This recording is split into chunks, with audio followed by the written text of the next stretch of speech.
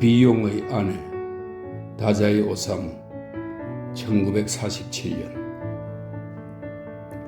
현관문이 요란하게 열리는 소리에 잠에서 깼지만 술 취한 남편이 들어오는 소리려니 하고 그냥 눈을 감고 있었습니다. 남편이 옆방에 불을 켜고 책상과 책장 서랍을 마구 뒤지며 무언가를 찾는가 싶더니 방바닥에 들썩 주저앉는 것 같았습니다. 그러고 나서는 무엇을 하는지 숨을 몰아쉬는 소리만 들렸습니다. 제가 누운 채로 늦었네요? 저녁은 드셨어요? 찬장에 중국밥 있어요? 했더니 고맙다고 하며 아이는 어때? 아직도 열 있어? 하고 물었습니다. 좀처럼 없던 일이었습니다. 아이는 영양이 부족해서인지 아니면 남편의 술독이나 병독 때문인지 이제 곧 해가 바뀌면 4살이 되는데도 여느 집 2살배기보다도 몸이 작고 걸음걸이도 시원찮았습니다. 게다가 하는 말이라고는 맘마나 아니가 고작이다 보니 어디가 잘못된 건가 싶기도 합니다. 한 번은 목욕탕에 데리고 가서 벗긴 몸을 안았다가 너무도 앙상하고 볼품이 없어 남들 앞에서 울어버린 적도 있었습니다. 아이가 걸핏하면 열도 나고 기운도 못 차리는데 남편은 집에 가만히 붙어있는 날이 없었습니다. 도대체 어쩔 셈인지 아이가 열이 난다고 말이라도 꺼내려고 하면 그러느냐? 그럼 의사에게 데려가라 며 망토를 집어들고 휑하니 집에서 나가버리기 일쑤였습니다. 병원에 데려가고 싶어도 돈이고 뭐고 가진 게 없으니 아이 옆에 누워 머리를 쓰다듬어 주는 것 말고는 달리 할 게 없었습니다. 그런데 무슨 영문인지 그날 밤에는 열이 어떠냐는 등 안 하던 말을 하기에 기쁘기보다 왠지 무서운 느낌이 들었습니다.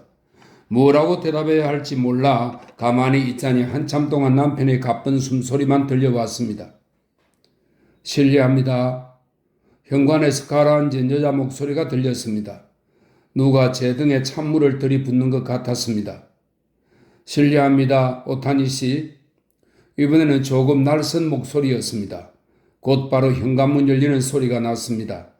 오타니 씨 계시죠? 분명히 화난 목소리였습니다. 그때야 남편이 현관으로 나가나 봅니다.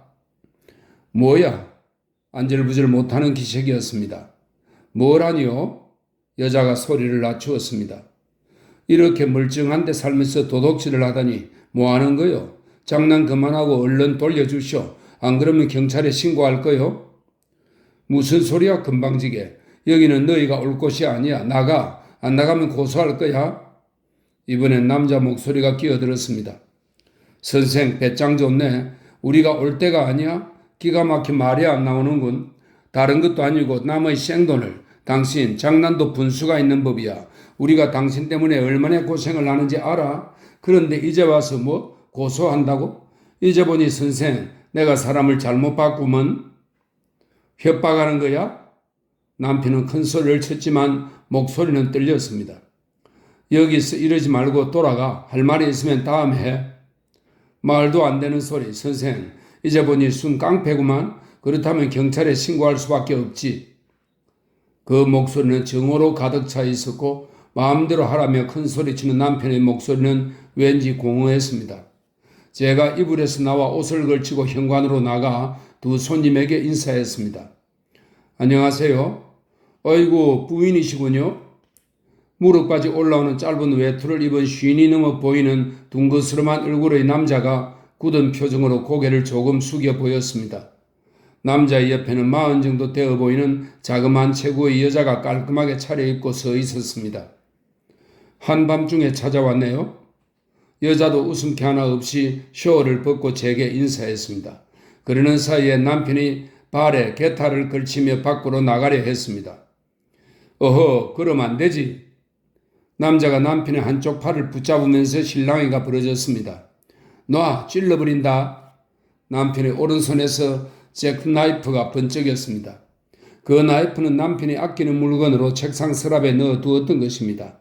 아까 남편이 돌아오자마자 여기저기 서랍을 뒤지는 것 같았는데 이런 일을 예상하고 나이프를 찾았던 것이 분명했습니다. 남자가 흠칫 뒤로 물러섰습니다.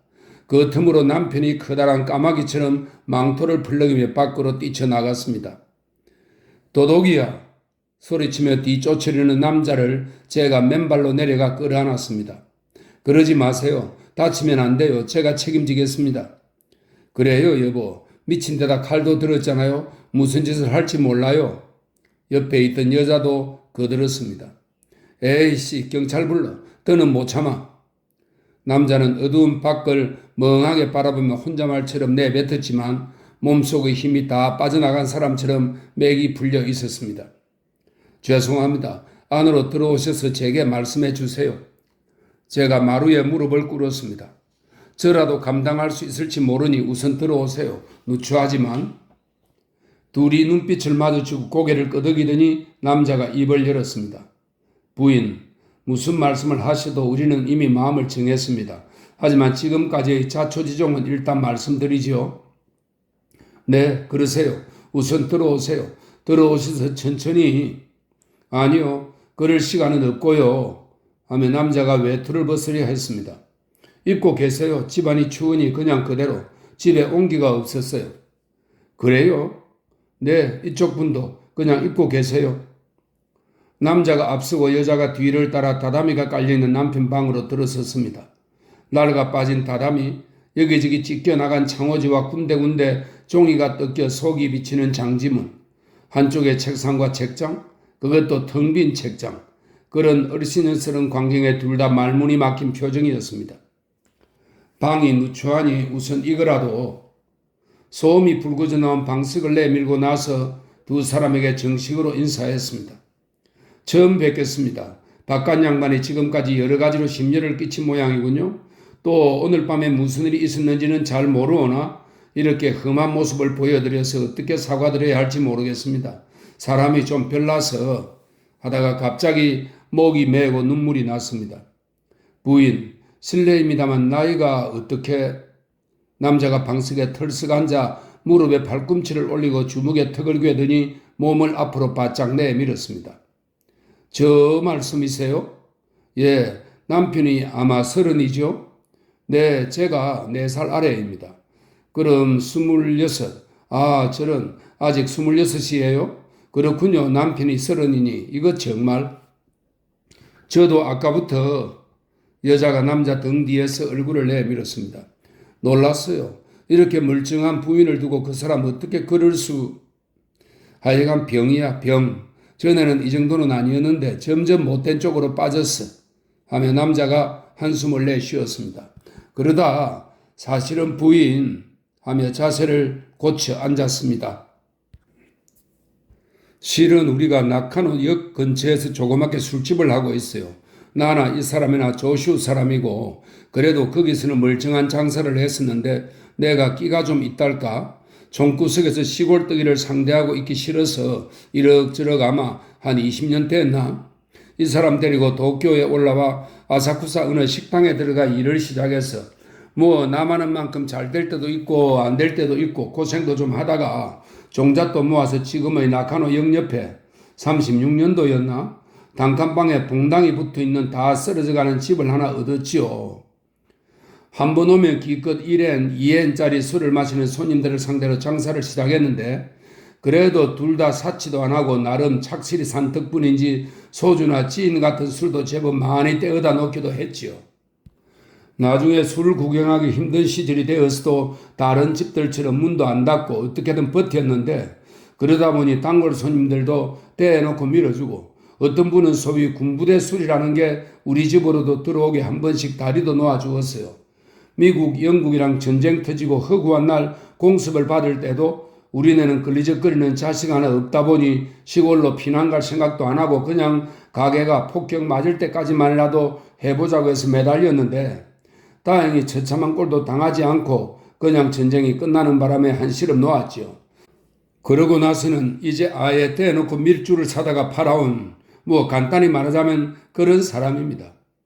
말로만 들으면 고생 안 하고 운 좋게 산 사람 같아도 인간의 한평생 지옥이에요.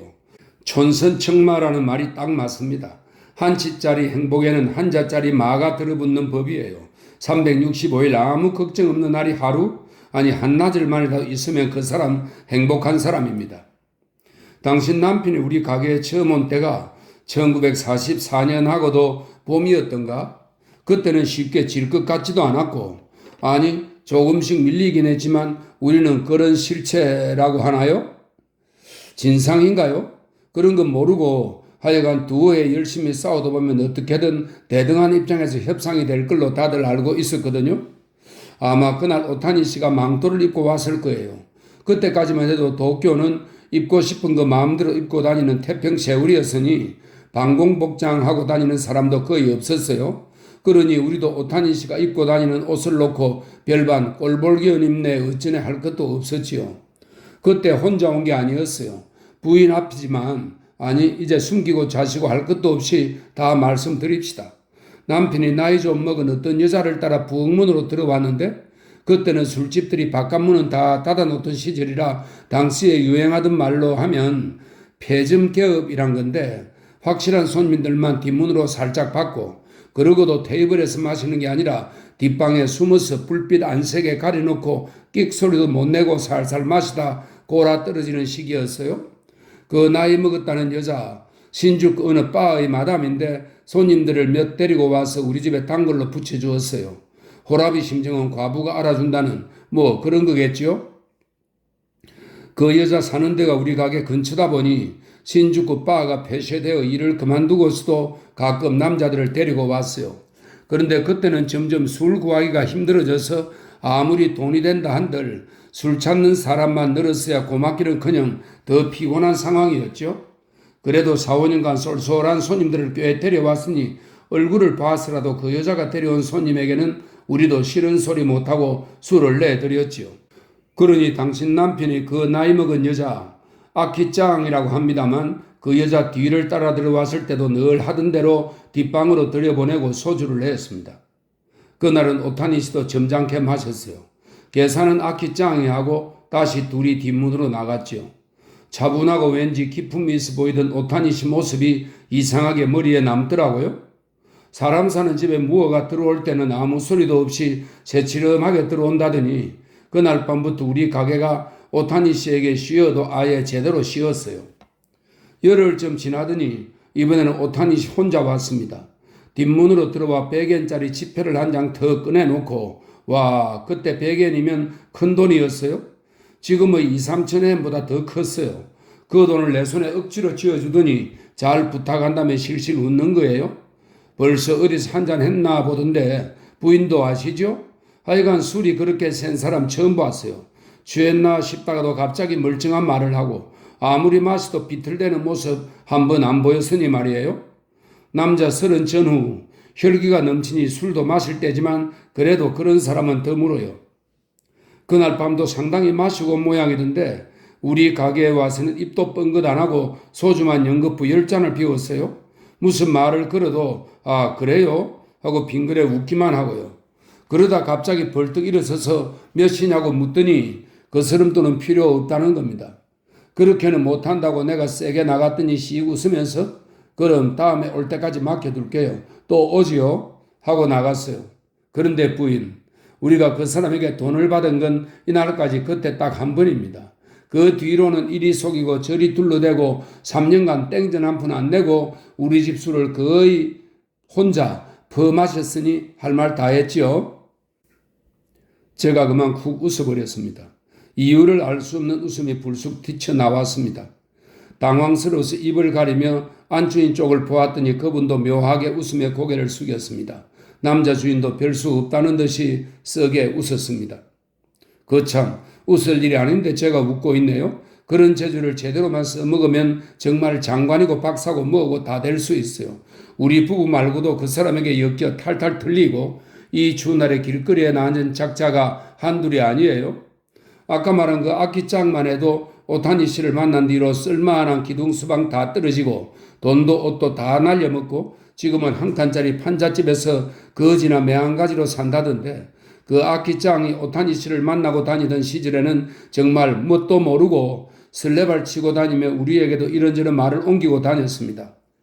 먼저 그분은 신분이 대단하다. 시코쿠의 지주 집안 오타니 남자의 둘째 아들인데 행실이 좀 그래서 비록 지금은 집에서 쫓겨난 신세지만 언젠가 남자 아버지가 죽고 나면 형과 둘이서 재산을 나눌 거다.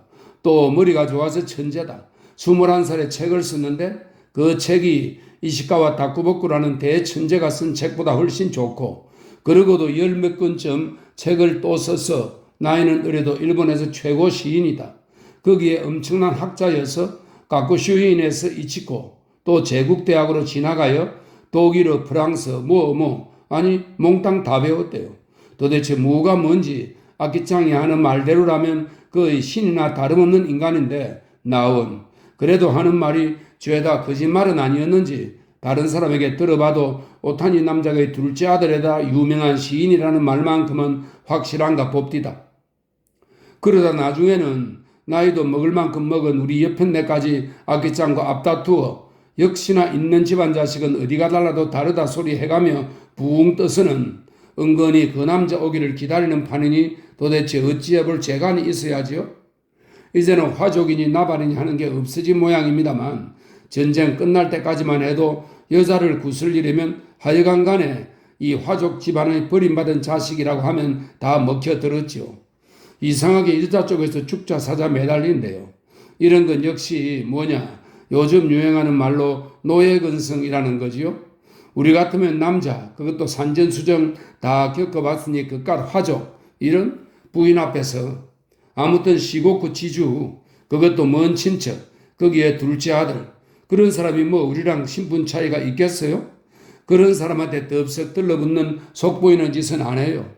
어린 반푼어치 없는 소리죠. 그런데도 왠지 그 선생에게는 어떻게 해볼 도리가 없어요.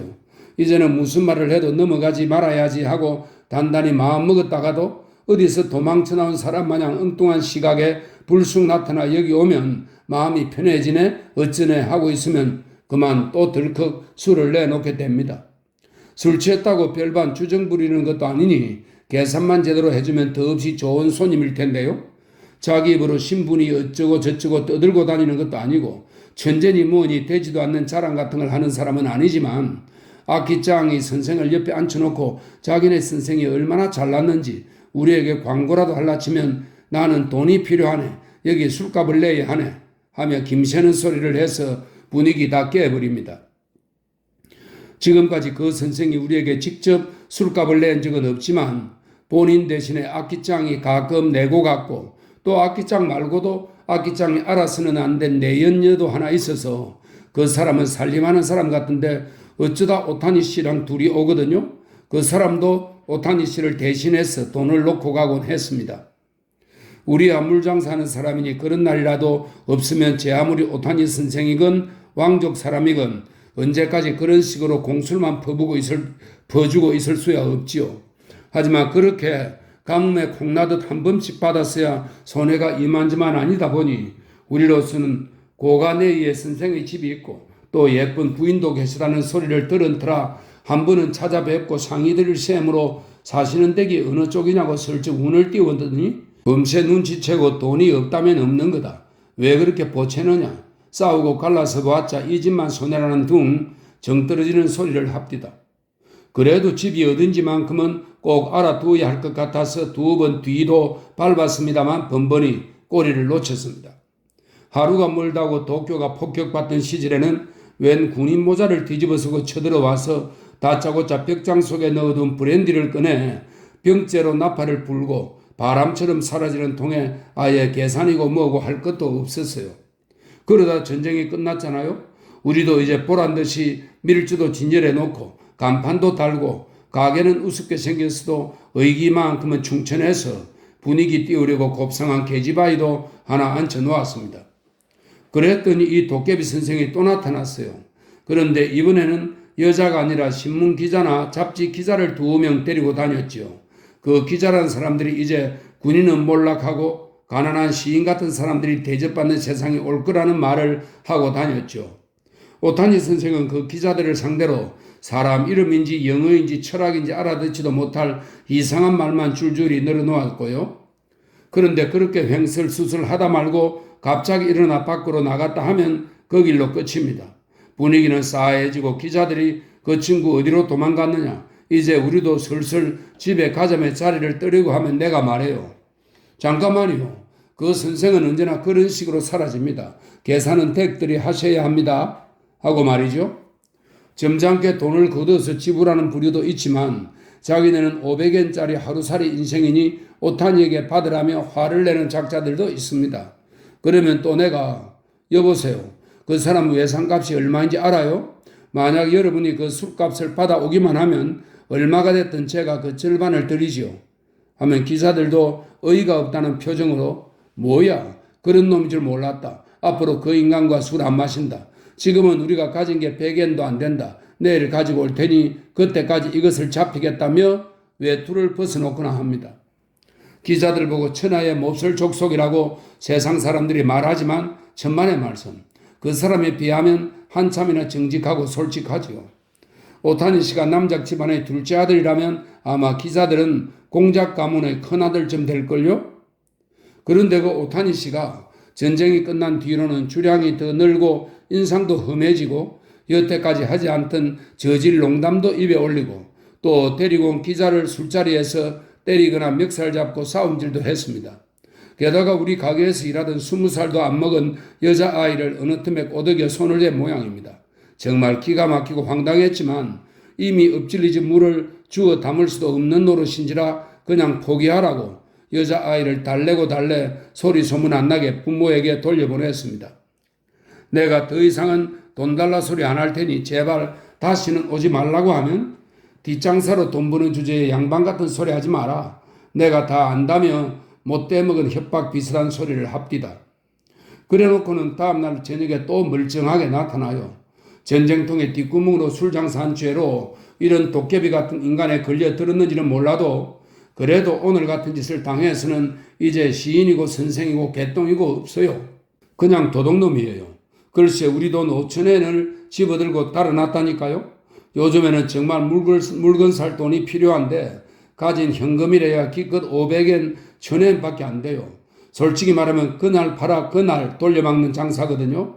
저녁에 집에 있던 그 돈은 연말이 코앞이라 내가 단골 손님들 집을 일일이 찾아다니며 수금한 돈이었어요. 당장 내일이라도 거래처에 갚지 않으면 내년 정월부터는 가게가 문을 닫아야 할 형편이에요. 집사람이 방에서 돈을 세어 서랍에 넣고 있는데 그 사람이 호월에서 술 마시다 말고 벌떡 일어나 방으로 성큼성큼 들어왔어요. 그러고는 가타부타 말도 없이 이 사람을 밀어 젖히더니 서랍을 열어 돈다발을 덥석 집어 망토 포켓에 쑤셔넣고 우리가 얼이 빠져있는 사이에 가게 밖으로 나갔어요.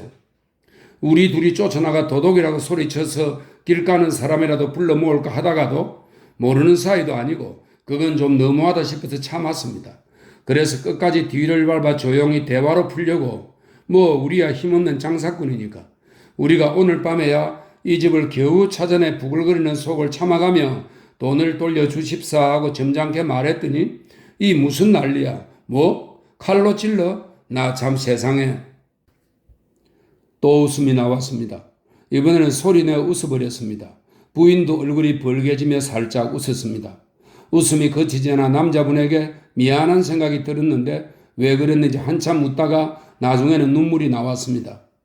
남편이 쓴 시에 나오는 문명 끝의 폭소가 이런 경우를 말하나 보다 싶었습니다. 웃는다고 해결될 일이 아니었어요. 어떻게든 제가 수습할 테니 경찰에 신고하지 말고 하루만 기다려달라. 내일 제가 그쪽으로 갈 테니 가게에 있는 곳을 자세히 알려달라고 둘에게 사정사정해서 우선 돌려보냈습니다. 그러고 나서 차디찬 방에 혼자 앉아 궁리를 해보았지만 뾰족한 수가 없었습니다. 일어나 옷을 벗고 아이가 자고 있는 이불 속으로 들어가 아이의 머리를 쓰다듬었습니다. 영원히 날이 새지 않으면 좋겠다는 생각이 들었습니다. 예전에 아버지와 아사쿠사 공원의 연못가에서 포장마차로 장사를 한 적이 있었습니다. 어머니가 일찍 돌아가셔서 둘이서 판잣집에 살며 포장마차를 꾸렸는데 그때 지금 이 사람이 가끔 들렀습니다. 그러다 아버지 몰래 다른 곳에서 몇 번 만나는 사이에 뱃속에 아이가 들어섰습니다. 우여곡절 끝에 일단 모양새로는 그 사람의 아내가 되었습니다. 하지만 당연히 호적에는 이름 한자 못 올리고 아들은 아비 없는 자식이 되었고 이 사람은 집을 나가면 사흘이고 나흘이고 아니 한 달이 지나도 돌아오지 않을 때도 있었습니다. 어디에서 무엇을 하다 오는지 집에 들어올 때는 쾌행한 얼굴에 술 냄새가 진동하고 숨 쉴 때마다 무슨 소리가 슉슉 났습니다. 제 얼굴을 가만히 보고 있다가 눈물을 뚝뚝 흘릴 때도 있었고 제가 자고 있는 이불 속으로 파고들어 제 몸을 끌어안고 아니야. 무서워 무섭단 말이야. 무서워 살려줘 하며 부들부들 떨 때도 있었고 또 잠자면서 헛소리나 신음소리를 내다가 다음날 아침에는 정신 나간 사람처럼 우두커니 앉아있기도 했습니다. 그러다 또 훌쩍 집을 나가면 그 길로 사흘이고 나흘이고 안 들어왔지요. 오래전부터 남편이 알고 지내는 출판사 사람 두엇이 어쩌다 한 번씩 돈을 보태주어서 이날까지 굶어 죽지 않고 버텼습니다. 깜빡 잠들었다 눈을 떠보니 문틈으로 새벽빛이 들어왔습니다. 일어나 채비를 하고 아이를 업고 밖으로 나갔습니다. 집에 있을 수 없었습니다. 갈 곳이 마땅치 않아 역 쪽으로 갔습니다. 길가에서 사탕을 사 아이 손에 쥐어 주었습니다. 그러다 문득 기시오지가 생각나 표를 사고 전차에 올라탔습니다. 손잡이를 잡고 무심코 벽에 붙은 포스터를 보았더니 남편 이름이 있었습니다. 잡지 광고였습니다. 남편이 그 잡지에 프랑스와 비용이라는 제목으로 글을 올렸나 봅니다. 프랑스와 비용이라는 제목과 남편 이름을 보고 있는데 왜 그랬는지 자꾸 눈물이 나와 포스터가 뿌얘져 읽을 수가 없었습니다. 기시오 지역에 내려 정말 오랜만에 이노가시라 공원을 걸어보았습니다. 연못 주변에 있던 삼나무는 전부 잘려나갔고 무슨 공사라도 하려는지 휑하니 거지 없었습니다. 옛날과는 많이 달랐습니다. 아이를 내려놓고 연못 벤치에 앉아 집에서 쪄온 감자를 먹었습니다. 아가, 연못 예쁘지? 옛날엔 여기에 잉어랑 금붕어가 많이 살았는데 지금은 아무것도 없네? 재미없네? 아이는 무슨 생각을 하는지 입에 감자를 잔뜩 우겨넣고 개개개 하며 희한하게 웃었습니다. 제 자식이지만 꼭 바보 같았습니다. 벤치에 앉아있다고 뭐가 어떻게 될 것도 아니죠. 다시 아이를 업고 역으로 돌아와 사람들로 북적대는 상점가를 한 바퀴 돌았습니다. 그리고 다시 역에서 나카노로 가는 표를 사서 전차에 올라탔습니다. 그리고 마치 무서운 괴물이 사는 연못으로 질질 끌려가듯이 나카노 역에 내렸습니다. 전날 들은 대로 길을 물어 그 술집 앞에 이르렀습니다. 앞문이 닫혀 있어서 뒤로 돌아 부엌문으로 들어갔더니 남자는 없고 부인 혼자 가게를 청소하고 있었습니다. 여주인의 얼굴을 보자마자 생각지도 않았던 거짓말이 저절로 튀어나왔습니다. 저 아주머니 돈이 곧 마련된대요. 오늘 밤이나 내일 아무튼 확실하니까 걱정 마세요. 어머 그래요? 잘 됐네요. 여주인은 기쁘다는 듯이 웃었지만 어딘지 석연치 않다는 표정이 남아 있었습니다. 아주머니 정말이에요. 돈을 가지고 올 사람이 있거든요. 그때까지 제가 담보로 여기에 있을게요. 그럼 되지요? 돈을 가져올 때까지 여기서 일이라도 할게요. 저는 아이를 내려 방에서 놀게 하고 이것저것 손에 잡히는 대로 일을 해 보였습니다.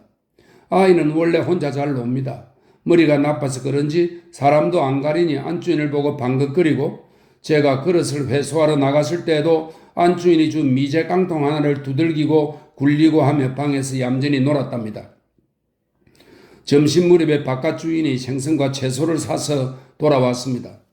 제가 똑같이 말했습니다. 남자는 시큰둥했습니다. 그래요? 하지만 부인, 돈이란 것은 내 손에 쥐어질 때까지는 믿을 게 못 되는 법이요. 남자가 가르치기라도 하듯 차근차근 말했습니다. 아니에요. 그게요. 정말 확실해요. 그러니 저를 믿고 일을 크게 만들지 마시고 오늘 하루만 기다려 보세요. 돈이 들어올 때까지 제가 이 가게에서 일을 한다니까요. 돈이 들어온다면야 두말할 것도 없지요. 이제 곧 연말이네. 주인이 혼잣말처럼 말했습니다. 그렇지요. 그러니까 제가 손님 오셨어요. 어서 오세요. 저는 가게로 들어온 회사원 차림의 손님들에게 웃어 보이고 안주인에게 앞치마를 써도 되겠냐고 물었습니다. 야, 미인을 두셨네? 이 아가씨 예쁘네? 손님 하나가 말했습니다. 건들면 안 돼. 돈이 걸려있는 몸이거든? 주인의 말이 농담으로만 들리지는 않았습니다. 100만 달러짜리 명만가요? 다른 손님이 농을 걸었습니다. 명마라도 앞말은 반값이라잖아요? 하고 술을 데우며 농을 받았더니 겸손하시기는 이제부터 일본은 개나 소나 말이나 다 남녀 평등이잖아. 하고 제일 어린 손님이 큰 소리로 말했습니다. 누나 나 반했어. 한눈에 반했어. 근데 누나, 애 딸렸지?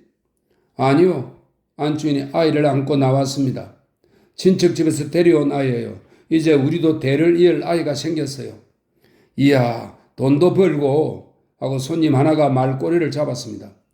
그러자 바깥 주인의 표정이 바뀌더니 바람도 나고 빛도 치고 하며 혼자 말로 받았습니다.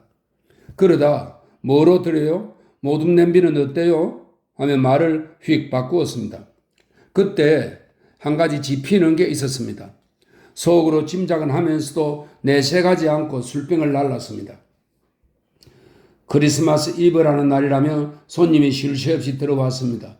머릿속이 복잡해서 그랬는지 안주인이 뭘 꺼내주어도 입맛이 없어서 하루 종일 아무것도 먹지 못했습니다. 그런데도 일하는 내내 비단옷 하나만 걸치고 빙글빙글 돌며 춤추는 무희처럼 몸이 가뿐했습니다. 혼자만의 생각인지는 몰라도 그날따라 가게에 손님이 많았습니다. 이름을 물으며 악수하자는 손님이 한둘이 아니었습니다. 하지만 어쩌겠습니까? 저는 어떻게 해야 할지 아무런 판단도 할 수 없었습니다. 그저 웃고 손님이 던지는 말장난을 더 진한 농담으로 받으며 술을 따르고 돌아다니는 동안에도 제 몸뚱이가 아이스크림처럼 녹아내려 버렸으면 좋겠다는 생각만 했습니다. 하지만 이 세상에 가끔은 기적도 일어나나 봅니다. 9시가 조금 지냈을까요? 크리스마스 축제 때 파는 종이 꽃갈 모자를 쓰고 궤도루판 같은 검은 가면으로 얼굴을 가린 남자가 30대 중반 정도의 늘씬하고 예쁘장한 여자와 함께 들어오더니 구석진 자리에 우리를 등지고 앉았습니다. 저는 그 사람이 가게에 들어오는 순간에 누구인지 알아보았습니다. 도둑, 제 남편이지요. 남편이 저를 못 본 것 같아서 저도 그냥 다른 손님을 상대하고 있는데 함께 들어온 여자가 언니 여기요 하며 저를 불렀습니다. 대답을 하고 그 테이블로 다가가 무슨 술을 마실 거냐고 묻는데 남편이 가면 속에서 저를 헐깃 보고 화들짝 놀라는 것 같았습니다. 제가 남편 어깨에 손을 올리며 메리 크리스마스라고 하나요? 뭐라고 하나요? 한 병 정도는 더 드셔도 되겠네 했습니다. 제 말에는 대꾸도 않고 여자가 진지한 표정으로 말했습니다. 저 언니 주인과 할 이야기가 있는데 주인을 좀... 안에서 튀김을 만들고 있던 주인에게 전했습니다. 남편이 왔어요. 만나보세요. 데리고 온 여자분에게 제 이야기는 하지 마세요. 남편 입장도 있으니까요. 진짜 왔네요. 의심은 하면서도 제 말을 조금은 믿어주셨나 봅니다. 그러니 제가 시켜서 남편이 온 줄 알았겠죠? 제 얘기는 하지 말라고 거듭 부탁했습니다. 주인은 홀에 있는 손님들을 한번 둘러보고 남편 테이블로 다가가더니 그 여자와 두 마디 이야기를 나누다가 셋이 밖으로 나갔습니다. 됐다. 모든 게 다 해결되었다는 생각에 사로잡혀 너무 기쁜 나머지 어떤 젊은 손님의 손을 꼭 붙잡았습니다. 그리고 소리쳤습니다. 마십시다. 마셔요. 메리 크리스마스. 불과 30분, 아니 그보다 더 일찍 주인이 돌아왔습니다. 부인 감사합니다. 받았어요. 네, 잘 됐네요. 전부요? 웃고 있던 주인의 얼굴이 일그러졌습니다. 아니요, 어제 그 돈 밀린 게 전부 얼마예요? 대강 최대한 깎았어. 2만원. 그걸로 돼요? 최대로 깎았어요.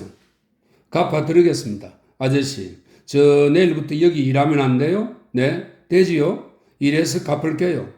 네? 부인, 이거 부부판 심청이네? 우리는 소리 높여 웃었습니다. 그날은 밤 10시 지나 가게를 나와 아이를 업고 집으로 돌아왔습니다. 역시나 남편은 없었습니다만 그래도 괜찮았습니다. 다음날 또 가게에 가면 남편을 만날지도 모릅니다.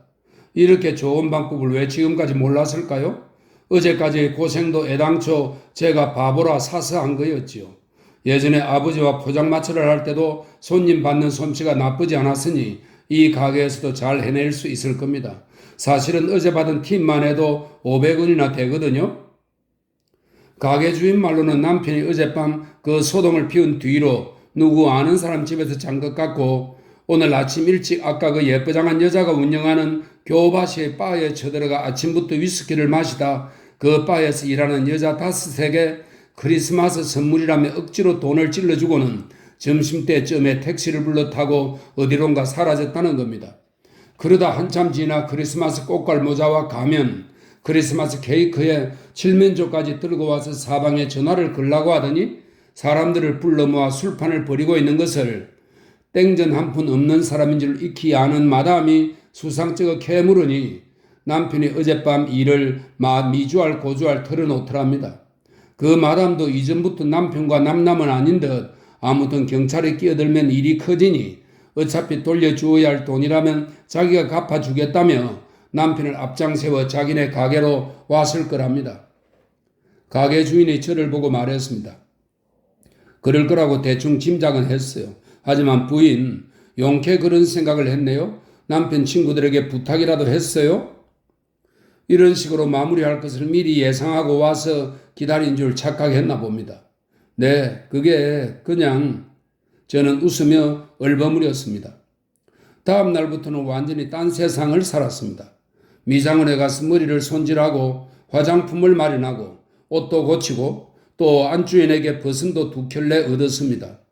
지금까지 가슴 속에 박혀있던 엉어리가 싹 녹아버린 느낌이었습니다. 아침에 일어나 밥 먹고 도시락을 싸서 아이를 업고 나간으로 출근했습니다.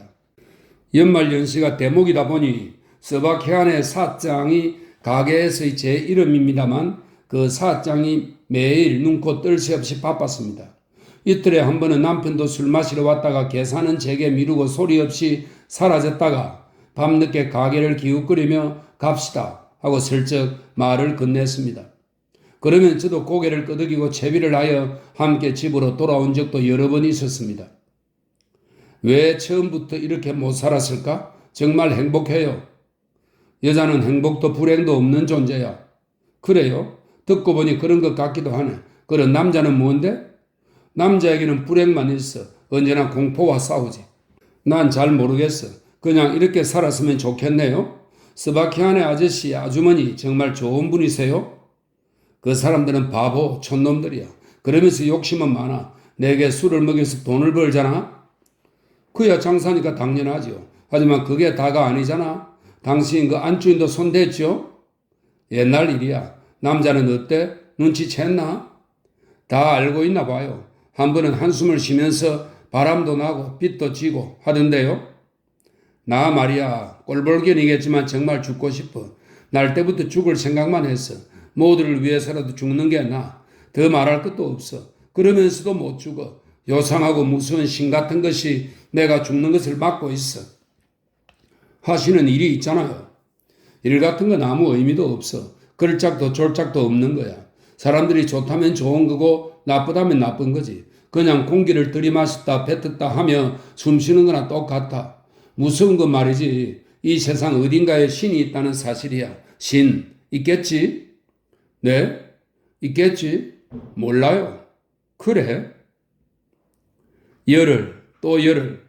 가게에 나가는 동안에 저는 스바키아에 술 마시러 오는 손님이 모두 죄인이라는 사실을 알았습니다. 남편은 그래도 착한 편이었습니다. 또 가게에 오는 손님뿐 아니라 지나다니는 사람 모두가 한 가지씩 죄를 숨기고 다니는 것 같았습니다. 번듯하게 차려입은 나이 지긋한 부인이 가게 뒷문으로 술을 팔러 와서 한 대에 300엔이라고 하기에 안준이 덜컥 사놓고 보니 물을 섞은 술이었습니다.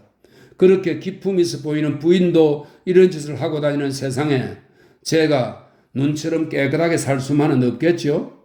트럼프 게임에서처럼 마이너스를 전부 더하면 플러스가 되는 일이 이런 세상에서는 일어나지 않겠죠. 정말 신이 있다면 나와 보세요. 정월 말이었습니다. 가게에 온 손님이 저를 욕보였습니다. 비가 내리던 밤이었습니다. 이미 그 즈음에는 제가 오탄이라는 시인의 아내라는 것을 기자들도 모두 알고 있는데다 또 소문을 듣고 일부러 저를 찾아오는 사람들도 있어서 가게에 점점 손님이 늘어갔습니다. 주인의 기분도 그럭저럭 괜찮았습니다. 그날도 손님들이 대부분 돌아간 때가 밤 10시 넘어서였는데 비도 내리고 남편도 올 것 같지 않아서 장사를 마칠 채비를 하고 안쪽 방에서 자고 있는 아이를 등에 업었습니다. 오늘도 우산 빌려가요 하며 안주인에게 인사를 하는데 우산은 저도 있어요. 발에 드릴게요 하며 혼자 술을 마시던 26 정도의 짝달마간 청년이 웃지도 않고 일어섰습니다. 그날 밤에 처음 본 손님이었습니다. 공장에 다니는 사람 같았습니다. 고마워요. 혼자 갈 수 있어요? 아니, 집 멀잖아요. 저도 고간의 근처에 살아요. 바래다 드릴게요. 사장님, 계산이요? 가게에서 세 병을 마셨는데 별로 취해 보이지 않았습니다. 함께 전차를 타고 고간의 역에서 내려 비 내리는 길에 우산을 함께 쓰고 걸었습니다. 그때까지 말이 없던 그 사람이 조금씩 입을 열었습니다. 있잖아요. 전 그 오타니 선생의 팬이에요. 저도 시 써요. 오타니 선생께 한번 보여드리고 싶은데 선생님이 무서워서요. 집에 도착했습니다. 고마워요. 그럼 다음에 또 가게에서. 네, 그럼 빗속에 젊은 사람이 돌아갔습니다. 얼마 지나 밤중에 덜그덕거리며 현관문을 여는 소리에 잠이 깼습니다. 하지만 여느 때처럼 술 취한 남편이리니 하고 그대로 잠이 들었는데 죄송합니다. 아주머니 죄송합니다. 하고 부르는 소리가 들렸습니다. 일어나 불을 켜고 현관으로 나가보니 아까 그 청년이 몸을 가누지 못하며 비틀거리고 있었습니다. 아주머니 죄송해요. 가다가 포장마차에서 한 잔 더 했는데요. 사실은 우리 집은 다치가와거든요. 여기 갔더니 전차가 끊겼어요. 아주머니 좀 재워주세요. 이불 없어도 돼요. 여기 마루도 좋아요. 내일 아침에 첫 차가 올 때까지만 자고 갈게요. 비만 안 오면 처마 밑에서라도 자겠지만 그렇게는 못하고 죄송해요. 남편도 없는데 여기 마루라도 괜찮으면 그렇게 하세요. 그리고 해진 방석을 가져다 주었습니다. 감사합니다. 아, 취한다. 괴로워하며 곧바로 마루에서 잠이 든 모양입니다. 제가 잠자리로 돌아왔을 때는 벌써 코 고는 소리가 들려왔습니다. 그런 다음날 새벽 어이없이 그 남자에게 당하고 말았습니다. 그날도 저는 변함없이 아이를 업고 가게로 일하러 갔습니다. 나카노 가게의 홀에서 남편이 술이 든 컵을 테이블 위에 놓고 신문을 읽고 있었습니다. 컵에 단 아침 햇살이 고왔습니다. 아무도 없어요? 남편이 저를 돌아보며 주인은 물건 사러 가서 아직 안 왔고 아주머니는 방금 전까지 부엌에 있는 것 같았는데 없어? 하고 물었습니다. 어젯밤에 안 오셨어요? 왔지. 요즘에는 스바키안의 사장 얼굴을 안 보면 잠이 안 오거든. 10시 넘어 왔더니 막 나갔다던데? 그래서 자버렸지. 여기서 비는 주룩주룩 오지. 저도 이제부터 이 가게에 눌러 살까요? 좋겠네, 그것도. 그렇게 해요. 일부러 새집 얻어 살 필요 없잖아요. 남편의 눈길이 다시 신문으로 향했습니다. 일은 또 내 욕을 써놨네. 이번엔 에피큐리언 짝퉁 귀족이라는군. 이 친구 엉터리야. 차라리 신을 무서워하는 에피큐리언이라고 했더라면 좋을걸. 사장 이것 봐. 여기에 나보고 사람도 아니라고 써놨어. 그건 아니지. 지금이냐 하는 소리지만 작년 연말에 여기에서 5천엔을 집어간 건 오랜만에 사장과 우리 아이에게 제대로 설 한번 쉬게 해주려고 그랬던 거야. 사람이니까 그런 일도 저지르는 거 아니겠어? 별반 기쁘지도 않았습니다. 제가 대꾸했습니다. 사람 아니면 어때요? 살아있으면 되는 거 아닌가요?